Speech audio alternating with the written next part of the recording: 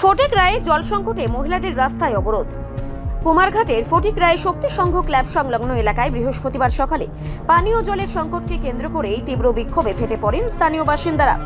ফটিকরায় গোকুলনগর ৩ নম্বর word ও আশেপাশের এলাকার মানুষ দীর্ঘদিন ধরে জল সরবরাহ বন্ধ থাকার কারণে ক্ষুব্ধ হয়ে কৈলাস শহর কমলপুর বিকল্প জাতীয় সড়কে অবরোধ গড়ে তোলেন। বিশেষ করে এলাকার মহিলারা রাস্তায় নেমে বিক্ষোভ প্রদর্শন করেন। অবরোধকারীদের অভিযোগ দপ্তরের কিছু আধিকারিকের গাফিলতির কারণে ওই সংকট তৈরি হয়েছে। তারা আরও জানান, সমস্যার কথা জানাতে ফোন করলে সঠিক উত্তর পাওয়া যাচ্ছে না। শুকনো মৌসুমে পানীয় জলের সংকট আরও তীব্রতর হওয়ায় এলাকাবাসী দ্রুত সমাধানের দাবি জানান।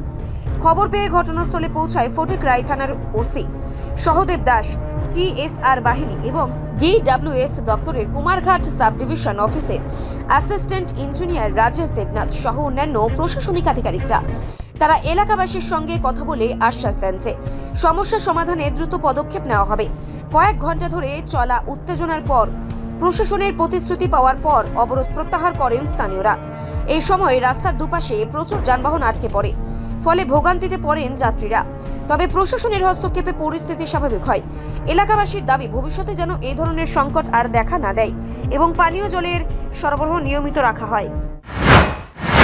আমরা হয়তো আমার জল লাগে, জলের সমস্যা, তারা জল দিতে আমরা রাজি নাই। আয় গাড়ি লই আরি হয় আমরা আর 2 কলার জল দাও না, তারা জল দিত না আমরা রে পারতাম না, 2000 বেশি পারতাম না। আর 15 দিন যায় না, ফার্ম নষ্ট হয়ে যায়, 15 দিন যায় না, ফার্ম নষ্ট হয়ে যায়। কি অথচ ফার্মের জল আমরা খাইতামও পারি না।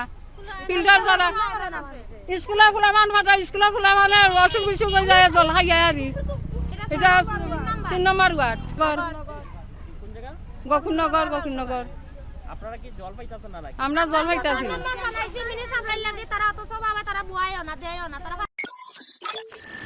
রিপোর্ট সংবাদ প্রতীক্ষা।